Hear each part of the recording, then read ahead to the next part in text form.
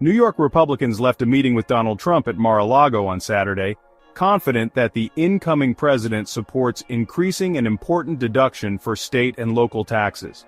Furthermore, they have instructions from Trump: go back to Congress and negotiate a fair number.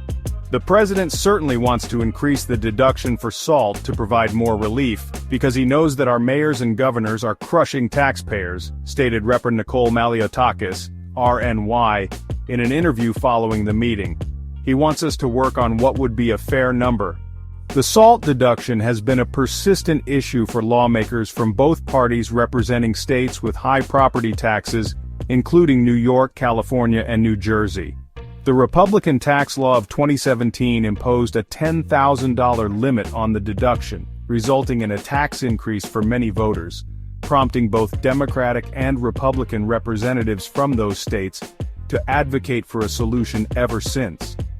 Although the lawmakers did not reach an agreement on a specific policy proposal for a major partisan bill addressing taxes, energy, and border issues, the progress toward a consensus on the SALT deduction marks significant progress for Republicans in advancing their party's priorities. However, the effort still faces complicated political challenges, as many GOP members from low-tax red states oppose the deduction while seeking to reduce spending. Additionally, there are internal conflicts within the SALT caucus, which has struggled in the past to agree on what their demands should be. Privately, House GOP leaders have informed some Republicans that without a clear path regarding SALT, they cannot effectively determine the size of the final package or how much spending they will need to cut to finance it. The discussion about SALT was revisited in a meeting that included 16 members from New York, California, and New Jersey, along with Trump and 2 of his staff members, according to Rep. Nick Lalota. He mentioned in a brief interview that he left the meeting feeling very optimistic that Republicans would find a fix on SALT. Many members expressed similar feelings. They also talked about the congestion pricing recently introduced in New York and the wildfires affecting California, although SALT remained the primary focus.